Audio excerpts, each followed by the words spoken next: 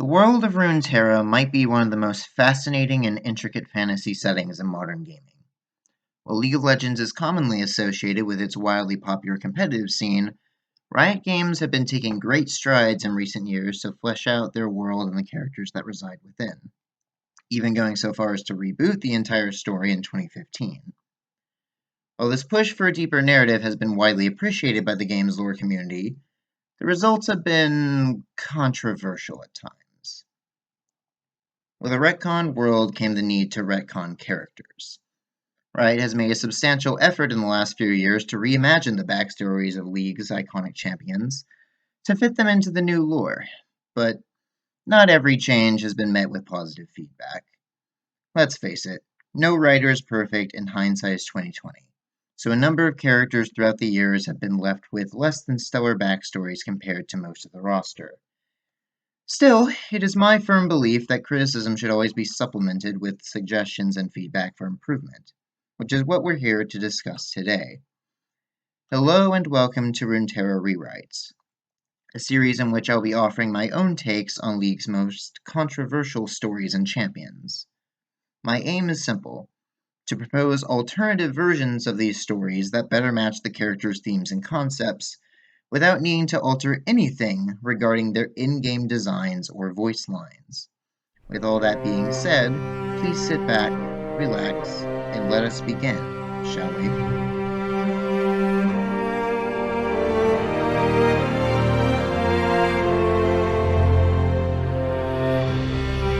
For ages, mortals have put their faith in the wind. From farmers powering their mills to children playing with kites, the people of Runeterra have long relied on the wind to bring change, good fortune, and prosperity. Of course, the idea that the wind can hear such prayers is often disregarded as mere superstition. Those who truly open their ears, however, may just hear the wind answer back. Long ago, a lone spirit of air drifted aimlessly along the southern coasts of Valoran, imperceptible to the mortals that dwelt there. Every now and then, sailors wishing for a fair breeze would find their requests mysteriously granted, even when the air seemed still only moments prior. Rumors spread, and sightings of a small bird appearing just before a strong gale became frequent tales among those at sea. Over time, praying to the wind bird became a common ritual for all peoples of the coast, and none held this tradition more fervently than the traders of Ashra-Vazan.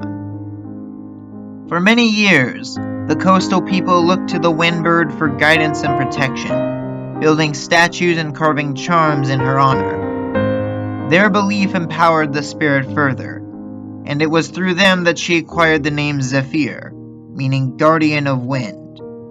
When uttered by the tongues of foreign traders, however, they frequently mispronounced the term as Zephyr, and that, in time, became her new name. Worship of Zephyr became commonplace, until an ancient emperor of Shurima decreed that all false idols were to be discarded, and that the people placed their faith only in the Ascended. The temples dedicated to Zephyr at Ashra-Vazan were torn down, and yet people continued to carry trinkets depicting her in secret, especially on voyages out to sea. When the Shuriman Empire fell and the Darken War began, the people of Ashra-Vazan prayed to Zephyr for protection. Though her power was lesser than what it had once been, Zephyr nonetheless did all she could to drive back the armies of the Ascended with fierce gales and raging storms. As the war drew to a close, peace finally returned to the people of Ashra-Vazan, yet Zephyr was surprised to find her power weakening still. In the war's aftermath, the people of the coast grew ambitious, intending to grow their city beyond the bustling trade port that it was. A canal was carved through the isthmus separating Valoran and Shurima, uniting two seas as one. This, in turn, brought peoples from all lands to the city now known simply as Zaun, in pursuit of greatness. Thus, the prayers for fair winds and protection were drowned out by desires of wealth, advancement, and expansion. Soon, Zephyr found herself reduced once more to a faint breeze, drifting aimlessly along the coast as the world seemed to forget her. That is, until she heard her name spoken on the wind once more. The culprit was a young noblewoman named Janna, who had come to Zon from the kingdom of Demacia. Janna had grown up on tales of the ancient past, devoting her life to studying Valorant's many myths and legends. Among them, Janna was particularly fascinated by stories of an ancient protector of winds, whose name had been all but lost to time. In her studies, Janna even acquired one of the last surviving relics of the old Ashra Vazan, a ceremonial staff used by Zephyr's devout in honorary rites. Then, the canal reached its completion, and a grand ceremony was held to commemorate the event. Thousands attended to watch the grand opening of the Sun Gates. Yet what should have been a celebratory occasion turned to disaster. Construction of the canal left many areas of Zon unstable, and the rumblings of the Sun Gates caused the whole portions of the city to collapse and fall into the sea.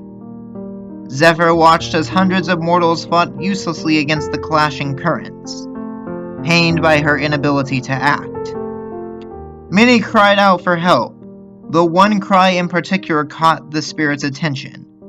It was Janna, calling out Zephyr's name even as water filled her lungs. In that moment, Janna felt herself lifted into the air. The wind itself seemed to speak to her, telling Janna that her faith alone could rekindle the ancient guardian's power and save the people from calamity. Putting her trust in the wind, Janna channeled Zephyr's power into the ceremonial staff she still clung to, and conjured a mighty tempest to lift everyone out of the sea and back onto dry land. Then, exhausted, Janna fell into the sea and vanished from sight. Time moved on, and as the city of Piltover was built atop the remnants of Zon, Janna's miraculous deed that day also passed into legend.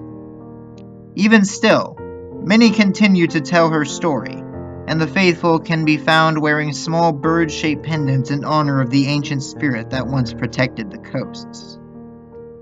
For those who struggle against the toxic fumes of the Zon Grey, wrestle with the tyranny of Chembarons, or face discrimination from the city above, praying to the wind has become a common practice among the Zonite populace. Sometimes, if one truly believes, she may just answer back.